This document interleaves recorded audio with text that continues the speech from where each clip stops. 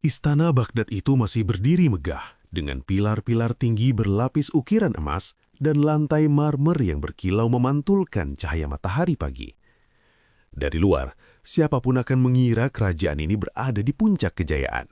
Panji-panji berkibar anggun, genderang penjaga ditabuh teratur, dan gerbang besi besar selalu terbuka seolah menyambut kemakmuran. Namun di balik kemegahan itu, sesuatu telah berubah. Perlahan, nyaris tak terlihat, tetapi nyata dirasakan oleh setiap hati yang jujur. Raja duduk di singgasananya dengan dagu terangkat tinggi. Mahkota emas bertatahkan permata bertangger kokoh di kepalanya, seakan menegaskan bahwa tak ada satupun pikiran di negeri ini yang lebih tinggi dari pikirannya. Setiap keputusan yang ia ucapkan dianggap hukum, setiap pendapatnya disebut kebijaksanaan. Para menteri berdiri berjajar rapi di hadapannya, kepala sedikit menunduk, tangan terlipat sopan. Tidak ada yang berani menatap mata raja terlalu lama, apalagi menyanggah ucapannya. Keputusan ini demi kebaikan rakyat, kata raja suatu pagi, suaranya mantap dan penuh keyakinan. Benar, Paduka, jawab para menteri hampir bersamaan seperti gema yang sudah terlatih. Padahal di luar tembok istana, rakyat kecil mulai mengeluh. Pajak semakin berat, hukum semakin tajam ke bawah, namun tumpul ke atas. Para pedagang kecil kehilangan lapak, petani mengeluh hasil panen tak lagi cukup untuk keluarga mereka. Namun keluhan itu tak pernah sampai ke telinga raja. Bukan karena rakyat tak bersuara, melainkan karena suara mereka tersangkut di lorong-lorong istana, terhenti oleh rasa takut para pejabat yang enggan menyampaikan kebenaran. Istana itu perlahan kehilangan arah, bukan karena kekurangan aturan, melainkan karena kelebihan pujian. Setiap hari, raja disuguhi kata-kata manis. Setiap kebijakan dipuji sebagai keputusan paling bijak sepanjang sejarah. Tak ada cermin yang cukup jujur di istana itu untuk memperlihatkan wajah kekuasaan apa adanya. Raja pun semakin percaya bahwa dirinya tak mungkin keliru. Di sudut-sudut kota, di warung kopi sederhana dan di bawah pohon rindang tempat orang-orang berteduh, nama Abu Nawas mulai sering disebut. Ia bukan pejabat, bukan pula ulama besar yang disegani istana. Penampilannya sederhana, bahkan sering dianggap aneh. Kadang ia tertawa sendiri, kadang ucapannya terdengar seperti gurauan.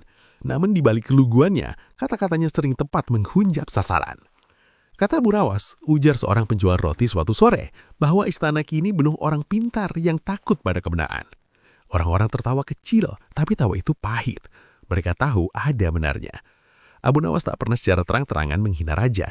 Ia hanya bercerita, membuat perumpamaan, menyelipkan sindiran halus yang membuat orang berpikir. Justru karena itulah ceritanya menyebar cepat. Kata-katanya mengalir dari mulut ke mulut sampai akhirnya tanpa bisa dicegah menembus tembok istana. Suatu siang, seorang menteri dengan wajah pucat memberanikan diri melapor. Paduka, katanya hati-hati. Di luar istana ada seorang bernama Abu Nawas. Ucapannya sering menjadi bahan pembicaraan rakyat. Raja mengangkat alisnya. Apa yang ia katakan? Katanya kebijaksanaan tak selalu lahir dari singgasana. Ruangan istana mendadak sunyi. Udara terasa berat.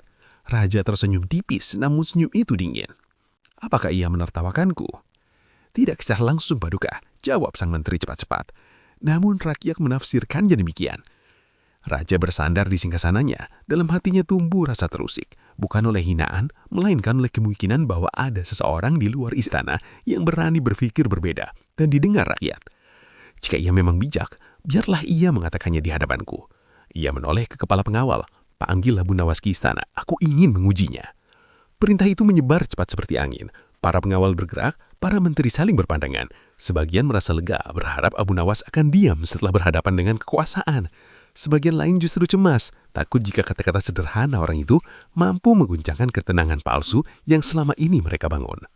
Sementara itu Abu Nawas sendiri menerima kabar itu dengan tenang. Ia hanya tersenyum kecil seolah sudah menduga arah takdirnya. Jika kebenaran dipanggil ke istana, maka istana harus siap mendengarnya. Gumamnya pelan. Ia melangkah menuju istana bukan sebagai pemberontak, bukan pula sebagai pencari kehormatan. Ia melangkah membawa satu hal yang sering dilupakan oleh mereka yang berkuasa, yaitu kejujuran yang sederhana. Dan tanpa disadari oleh siapapun di hari itu, roda nasib istana mulai bergerak, bukan oleh pedang, bukan oleh pasukan, melainkan oleh satu jawaban yang kelak akan mengubah segalanya.